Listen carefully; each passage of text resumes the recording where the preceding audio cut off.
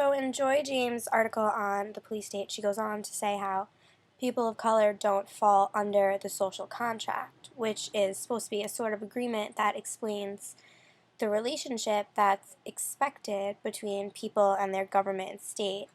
And the social contract is supposed to help us come to a mutual agreement of sorts where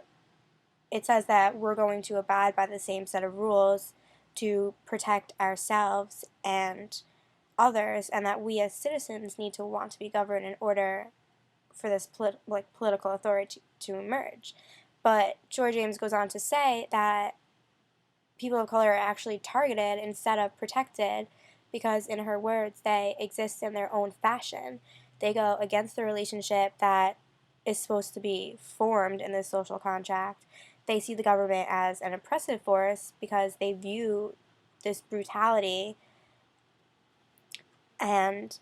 that occurs in this police state, and it's people of color that experience this racially motivated policing, and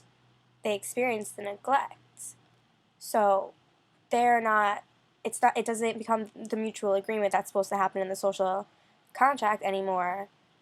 And this idea is further backed up by Susan Bickford in her article about philosophy and the city, where she explains that although African Americans actually, according to a survey, prefer to live in a diverse area, whites still barely tolerate this racial mix, which is actually supported, she says, by institutional practices and policies, which then causes the segregation in neighborhoods to still be present and allowed. And another point she makes that leads back to the idea of people of color not being protected under the social contract is where Bickford goes on to say that an example that places like the mall, where whites would feel comfortable and safe going, African Americans actually could feel targeted because they have to go in there worrying about being accused of shoplifting or having security guards come up to them and question them. So when they're not being protected by their government, by their state,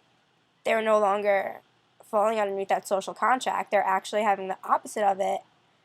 and instead being targeted.